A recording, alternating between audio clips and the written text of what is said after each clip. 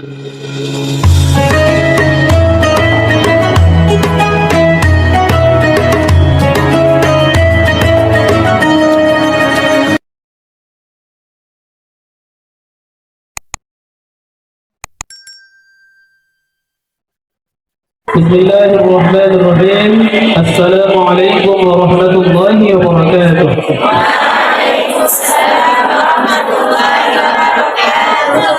Alhamdulillah, wassalatu wassalamu ala Rasulillah wa ala alihi wa sahbihi wa man tabi'a sunnatah, amma ba'd. Ananda semua kelas 7, hari ini kita akan belajar Ar-Rudud nomor 11. Ya. Bismillahirrahmanirrahim. Mad dalilu ala jawazi lubsil hirzi alladhi fihi Qur'anun wa nahwu dhalika wa laysa fihi talasimu muharramatun. Ada di situ nampak ketikanya, cetakannya dengan huruf H tambah titik 2 menjadi ta al-marbuthah muharramatun. Mad dalilu, apa dalil ala jawazi lubsil hirzi, atas bolehnya memakai jimat alladhi fihi Qur'an, yang di dalamnya ada ayat Qur'an, wa nahwu dzalik, dan seumpama demikian. Walaysa fihi qalasim muharramatun, dan tidak ada padanya jimat-jimat yang diharamkan.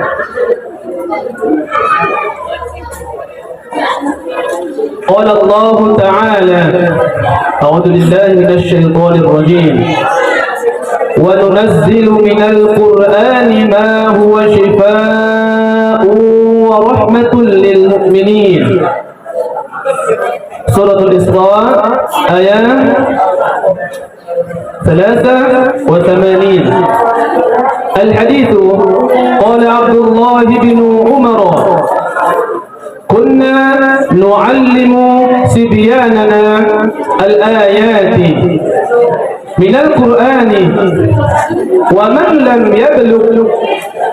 Di sini juga kita perhatikan ketikanya, cetakan kalimatnya, lanaktubuha, lanaktubuha, tambah nun di awal ya, lanaktubuha ala waraqatin wa nu'alliquha ala sadrihi.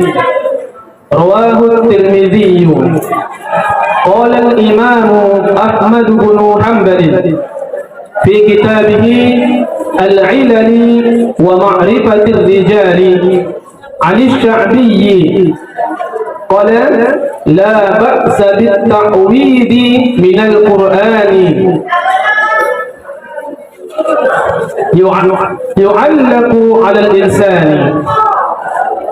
وأما الحديث الذي رواه أبو داود إن الرقى والتمائم والدولة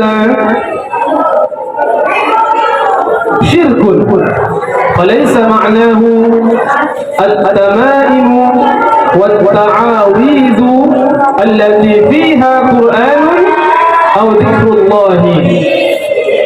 والتمائم معروف atau معروف معناه في اللغة وهي الحرز. كانت الجاهلية تضعها على أعناق الغلمان، كما أن الرقى التي قالها الرسول إنها شرك هي رقى الجاهلية وما كان في معناها، وليس المراد بها الرقى التي فعلها الرسول وغيره من الصحابة. فإن قال الوهابي هذا لا يجوز من وسائل الشرك، بل يقول بعضهم هو الشرك الأكبر، فالجواب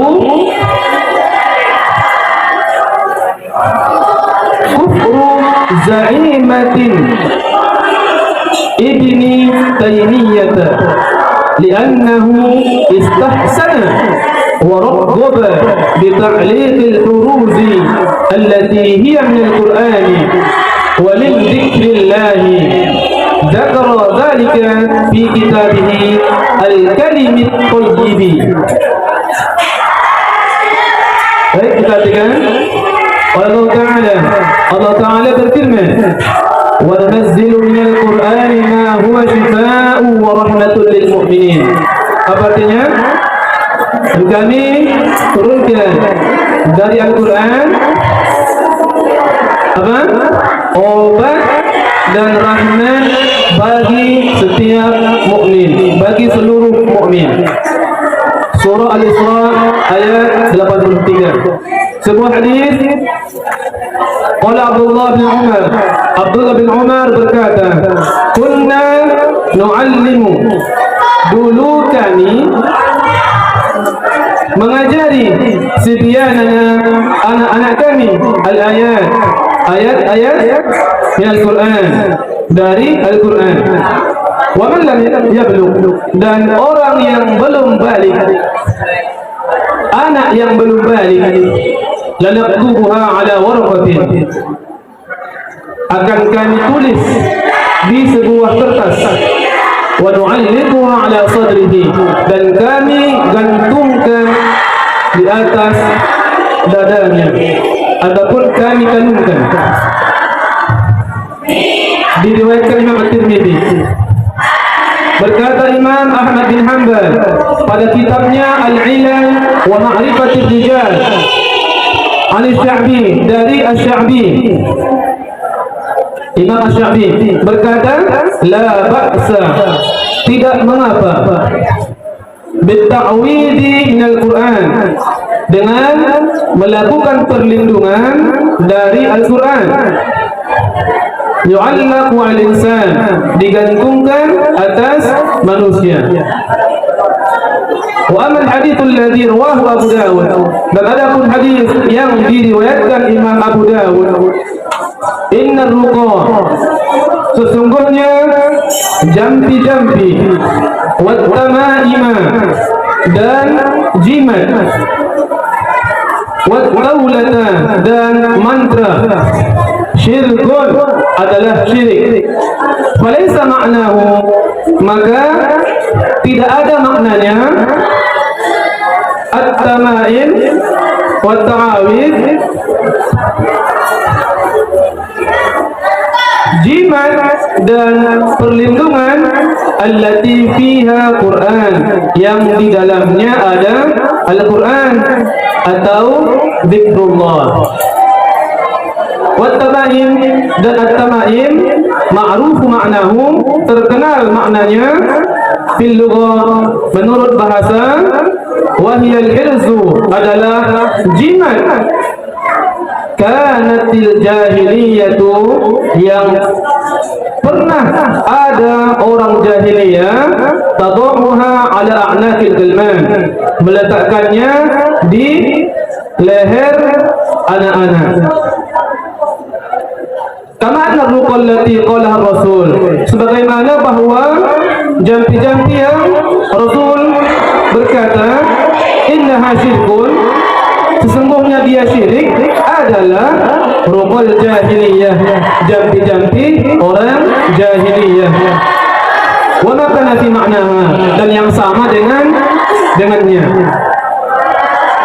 Walaysa al-muradu biha, dan tidak dimaksud dengannya ar-ruqal lati fa'alaha Rasul, yang diperbuat ataupun jampi-jampi yang diperbuat Rasul, wa ghairuh, dan selainnya di antara sahabat, nas sahabat.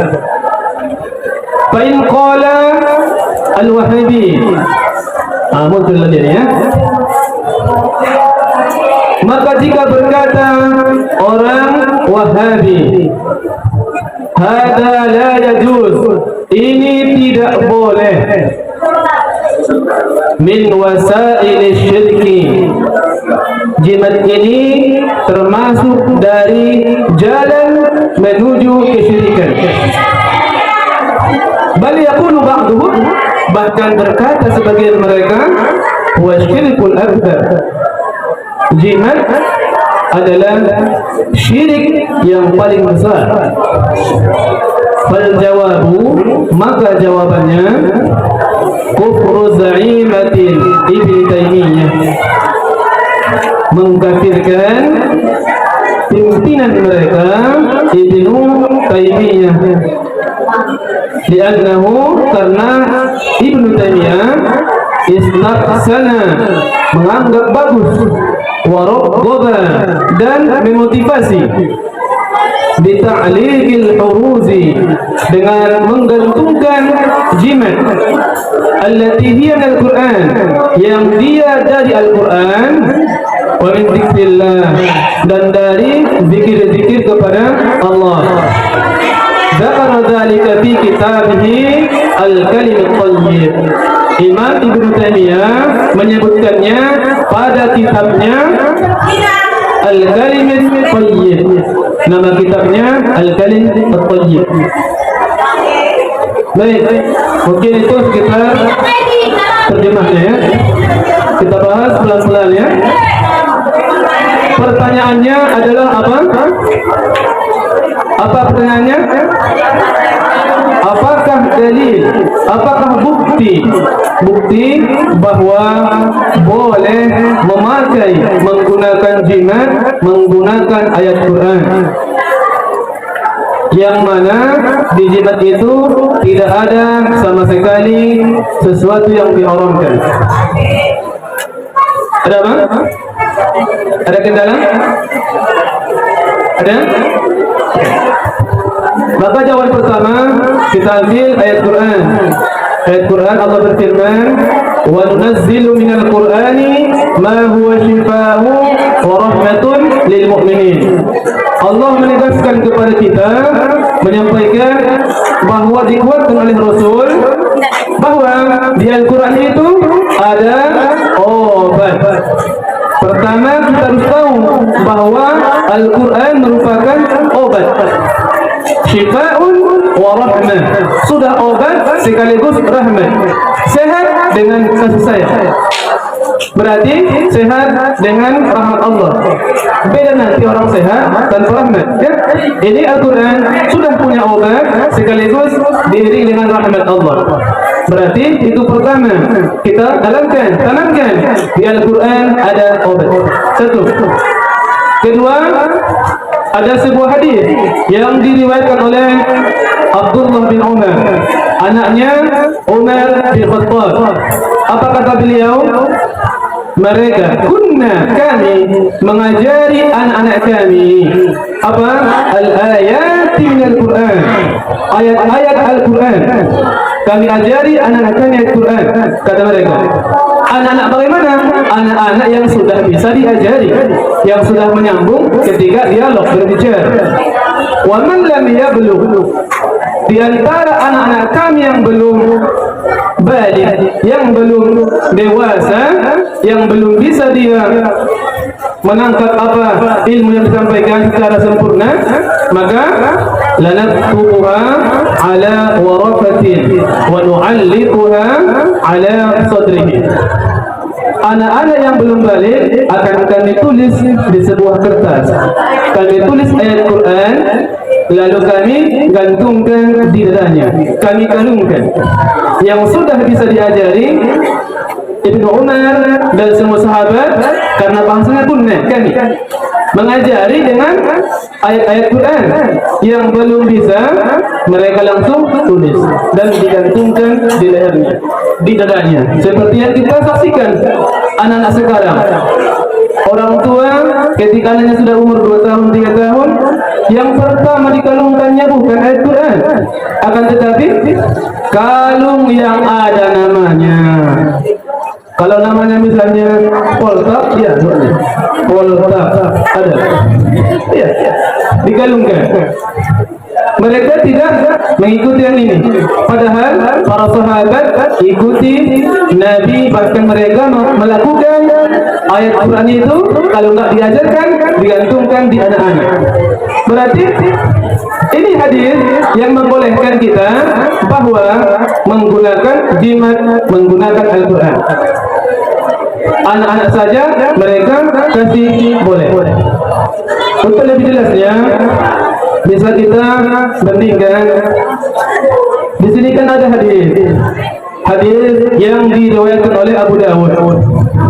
Innar ruqa wat tama'ima wat taulata syirkun.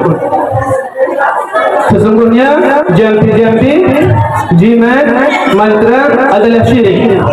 Kita tidak boleh langsung memahami, mengamalkan teks ayat sebelum telusuri bagaimanakah maksudnya atau bagaimana tafsirannya para sahabat. Jangan langsung hanya membaca teks-teks. Kalau sudah haram, syirik. Jadi فليس معناه التمائم والتعاويذ التي فيها Quran atau zikrullah. Maksudnya di situ, maksud daripada jampi-jampi atau baca-bacaan ruqyah itu bukan termasuk yang dilakukan oleh Rasul dan para sahabat. Bedakan itu. Bukankah kita pernah mendengar sebuah kisah? Ada sahabat Nabi. Sahabat Nabi ini hanya baru beberapa hari masuk Islam. Belum sempat dia berbulan, hitungan bulan belum sampai. Hanya beberapa hari masuk Islam, lalu dia melewati sebuah perkampungan Yahudi. Mungkin ini sering kita dengar. Dia melewati kampung Yahudi yang saat itu Yahudi ini memiliki seorang raja. Rajanya sedang sakit. Yang sakitnya bukan sakit biasa, tapi sakitnya bisa dibilang akalnya tak sempurna. Sehingga mereka sudah panggil bidang kesehatan mereka, diobati, belum sembuh. Sudah melakukan beberapa waktu pengobatan, tidak ada pengaruh sama sekali. Lalu tiba-tiba lewatlah seorang sahabat Nabi ini yang baru masuk Islam. Lewat, dipanggil oleh Yahudi. Wahai Tuan, kami berharap Anda bisa membantu kami. Apa yang terjadi? Raja kami sedang sakit begini-begini, yang kondisinya sangat mengkhawatirkan. Maka kami harap Anda bisa membantu kami untuk mengobatinya. Apa kata sahabat ini? Ngamalu-malu. Apa katanya? Saya tak bisa, tidak bisa mengobati, belum pandai. Mereka Yahudi memaksa. Tolong ya. Tidak ada solusi lagi. Kami harap Anda bisa mengobati. Tidak mau lawi. Coba kamu. Ketika disuruh, misalnya berangkat ke Penanggungan, sampai ke Penanggungan, jumpa orang sakit, dipanggil, Ustaz, obat tidur. Tidak. Maka mungkin jawabannya, nah mau lawi. Ada yang kesurupan misalnya, kesurupan, dipanggil. Tidak. Jangankan apa, kita ya banyak kalangan kita ini yang tak mampu. Sahabat ini pun mengatakan, saya belum pernah mengobati orang dan saya tidak punya kemampuan di situ. Tapi mereka orang Yahudi memaksa karena sudah sangat butuh, tidak ada solusi lain. Wahai Tuhan, tolonglah kami, tolong kami, obati raja kami. Sehingga apa boleh buat? Mengatar kau tidak. Sehingga sahabat ini mengiyakan. Baiklah, kalau sudah tidak ada solusi lain dan tidak bisa mengelak, maka terpaksa saya turun tangan. Padahal belum tahu apa. Sehingga saat itu sahabat ini meminta orang kafir, orang Yahudi ini mengambil air satu gelas. Diambil air satu gelas, dia bacakan surah Al-Fatihah. Al-Fatihah bacakannya ke gelas Al-Fatihah. A'udzubillahi minasyaitonir rajim sampai orang dhalin. Dia bacakan, lalu diserahkan kepada Yahudi. Silakan minumkan sedikit kepada dia dan usapkan ke wajahnya. Alhamdulillah, seketika sembuh. Karena mereka orang Yahudi sangat bersyukur atas kesembuhan pimpinan mereka yang sudah lama diobati tak sembuh, ternyata dengan segelas air sembuh. Mereka sangat bersyukur, berterima kasih. Mereka tawarkan kepada sahabat Nabi ini dengan hadiah yang banyak. Bisa dibilang 500 ekor unta. Ya, anggoy pengkon, anggoy tok ini. Sehingga dia merasa karena belum pernah mengobati dan tiba-tiba ada tawaran seperti itu, dikasih hadiah, kaget. Saya belum bisa terima. saya akan pulang dulu kembali ke Madinah bertanya kepada Rasul. Beranjak sahabat ini pulang ke Madinah menjumpai Rasul. Tapi tidak naik angkot ya, tadi itu terangkot jalan kaki ya. Sampai ke Madinah disampaikan kepada Rasul. Wahai Rasulullah, begini Rasul. Di waktu saya melewati perkampungan Yahudi, mereka begini, tawarkan seperti ini. Lalu singkatnya saya mengobati pimpinan mereka dengan baca Al-Fatihah dan sembuh. Apa kata Nabi? Sejak kapan kamu tahu Al-Fatihah itu obat? Alhamdulillah, obat yang Rasul. Nabi pun heran, sahabat ini bisa mengamalkannya tanpa ada pemberitahuan. Sejak kapan kamu tahu bahwa Al-Fatihah itu obat? Sementara kamu baru masuk Islam. Kata Rasul, yang penting itu saya baca, karena saya hafalannya nggak seberapa. Itu saya baca dan tidak sembuh. Dan mereka Rasul menawarkan kepada saya hadiah, memberikan hadiah sekitar 500 ekor unta. Apakah saya terima wahai Rasul? Apa kata Rasulullah? Alhamdulillah, jauh deh. Apa kata Rasul? Silahkan terima, bagi-bagi sama saya. Ini ucapan Nabi bukan mengatakan bahwa Nabi mengharapkan bahagian sahabatnya, bukan. Kita harus pandai menelitinya. Ucapan Nabi ini menyatakan, menegaskan bahwa bolehnya diterima, menguatkan bolehnya. Nabi sendiri ikut memakannya, Nabi sendiri ikut mengambilnya, bukan karena Nabi mengharapkan bagian, bukan. Audu mengajar Al-Fatihah, bukan ya, bukan. Ucapan Nabi itu adalah menguatkan bahwa bolehnya diterima hadiah tersebut. Hadiah karena mereka sangat bersyukur, berterima kasih atas kesembuhan pimpinan mereka. Apa itu? Ar-ruqyah. Boleh dicontohkan sahabat meruqyah orang Yahudi dan sembuh. Bahkan Nabi Rasulullah mengakui, menyetujui bahwa itu dianggap sesuatu yang boleh. Jelas sampai situ? Lanjut.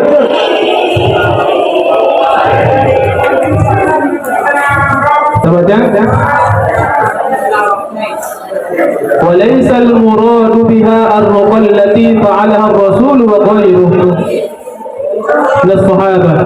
Ruqyah yang dimaksud berbeda dengan ruqyahnya ataupun jampi-jampinya orang Yahudi.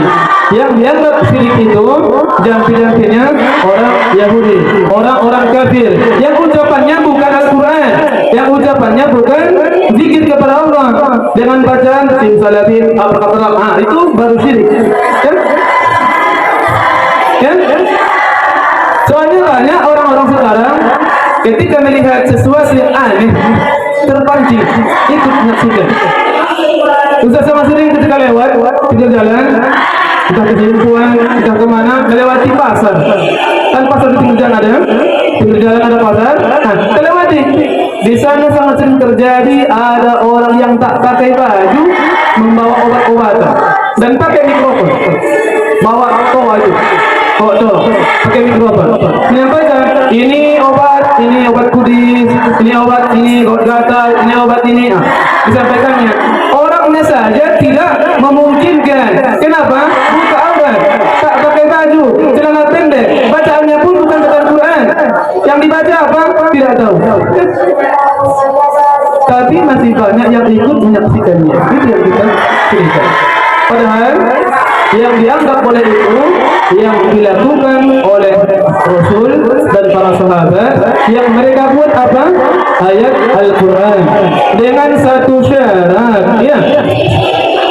Dengan satu syarat. Apa syaratnya? Tadi kan boleh mau pakai jampi bacaan Quran, atau mau pakai ditulis kertas dikalungkan, atau sekarang ditulis di kertas buat ke dompet, ya kan? Apalagi akhir tahun itu banyak amal-amalan kan? Tulis kalimat ini sekian ratus di kertas buat ke dompet. Itu pun kan sudah merupakan bagian dari ini. Nah, boleh dengan syaratnya tadi, jangan dibawa ke tempat yang tidak terhormat. Ini jimat ya kawan, ini jimat. Kenapa kau bawa? Ya jimat lindung ini. Terus kapan kau tinggalkan? Tak pernah ditinggalkan. Karena ini merupakan jimat saya. Kamar mandi tinggalkan. Kamar mandi jangan bawa. Yang ada ayat Qurannya terkhusus kepada santri-santri pokir yang menggunakan lobe. Yang di lobenya ada di situ kalimat-kalimat Muhammad. Ada itu? Ada kan? Ada Muhammadnya, ada sebut. Gak usah tunjuk orangnya. Itu ketika masuk kamar mandi, buka, tinggalkan di luar. Jangan masuk Muhammad kan? Muhammad ini jangan tinggalkan. Iya jangan tinggalkan. Kalau ke kamar mandi, jangan bawa Muhammad ke tempat yang kotor. Itu maksudnya. Sama dengan ketika kau masuk kamar mandi, ada bacaannya? Ada. Apa bacaan masuknya? Langkah kiri dulu, masuknya, keluar langkah kanan, pas masuk dibaca. Apa bacaannya?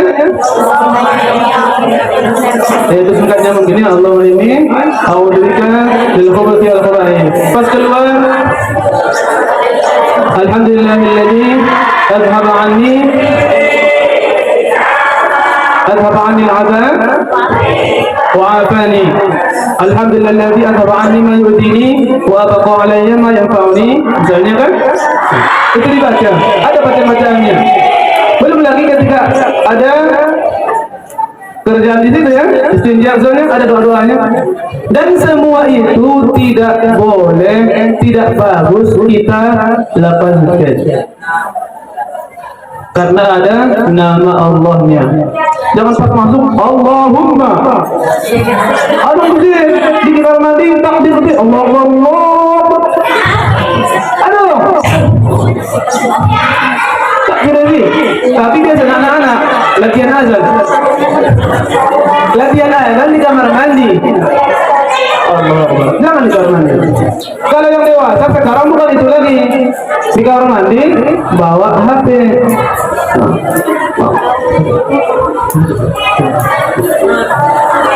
Kamar mandi itu pun merupakan sesuatu yang bisa menghilangkan kebaikan dari diri kita. Di kamar mandi itu fokus tugasmu ngapain? Betul ya?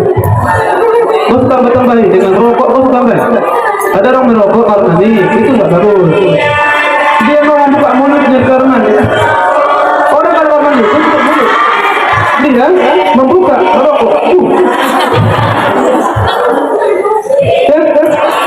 Baik. Nanti beralih-alih jauh-jauh ya. Fa'in qala al-Wahabi, jika berkata Wahabi, hada la yajuz min wasail syirki, ini tidak boleh, kata mereka. Kenapa tak boleh? Karena merupakan jalan menuju kesyirikan. Bahkan sebagian mereka Wahabi berkata, huwa syirkul akbar. Melakukan jimat ini termasuk daripada syirik yang paling besar.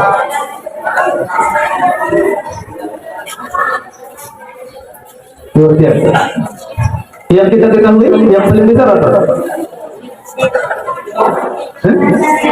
Syirik. Kata mereka syirik yang paling besar ini dia. Maka jawabannya kafara atau kufru za'imatin Ibn Taimiyah. Ketika mereka sampaikan bahwa itu sesuatu kesyirikan, bahkan syirik yang paling besar, mereka sudah mengkafirkan pimpinan mereka, mengkafirkan panutan mereka. Siapa dia? Ibn Taimiyah. Ibn Taimiyah menyampaikan dalam kitabnya Al-Kalim At-Thayyib, istahsana wa raghaba, dianggap bagus dan memotivasi orang melakukan hal itu. Apa? Dengan mengkalungkan sesuatu ayat Quran yang untuk tujuannya adalah menjaga diri. Kebanyakan di antara kita punya adik kecil atau punya keponakan misalnya di rumah yang masih bayi. Pada umumnya orang tua melakukan perlindungan dengan yang tidak tepat. apakah yang mereka lakukan? Ketika anak kecil, bayi lahir, ditinggalkan di kamar, apa yang mereka buat? Yang mereka buat adalah meletakkan gunting di bawah bantalnya. Apakah ini termasuk daripada yang diajarkan Nabi? Itu sudah membumi, sudah sama-sama kita saksikan itu. Di mana-mana itu, perhatikan orang-orang tua meletakkan gunting di bawah bantal anaknya yang masih bayi. Apa katanya? Apa tujuan ini diletakkan? Kata dia, untuk menjaganya. Bukankah kita hafal Quran? Di surah apa itu? Surah Yusuf itu Allahu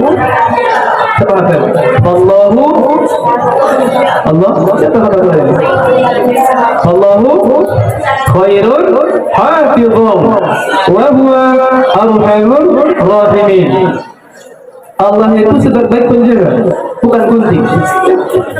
Tapi itulah masalahnya, mereka letakkan gunting di bawah bantal. Maka kita belajar mencontoh Rasul dan para sahabat yang kita lakukan ketika ingin melindungi anak-anak. Maka pertama dengan ayat Quran kita bacakan. Yang masih anak-anak sangat bayi, silakan tulis di kertas, kalungkan kepada dia. Bukan kalung-kalung apa itu yang ada apa itu? Ada kalung-kalung atau mereka apa? Yang bulat-bulat itu kan? Itu nggak apa-apa. Dikalungkan sudah baik, obat saja nggak apa-apa. Ya, karena itu didoa juga. Jadi yang utamanya kita ambil yang ayat Quran. Oke.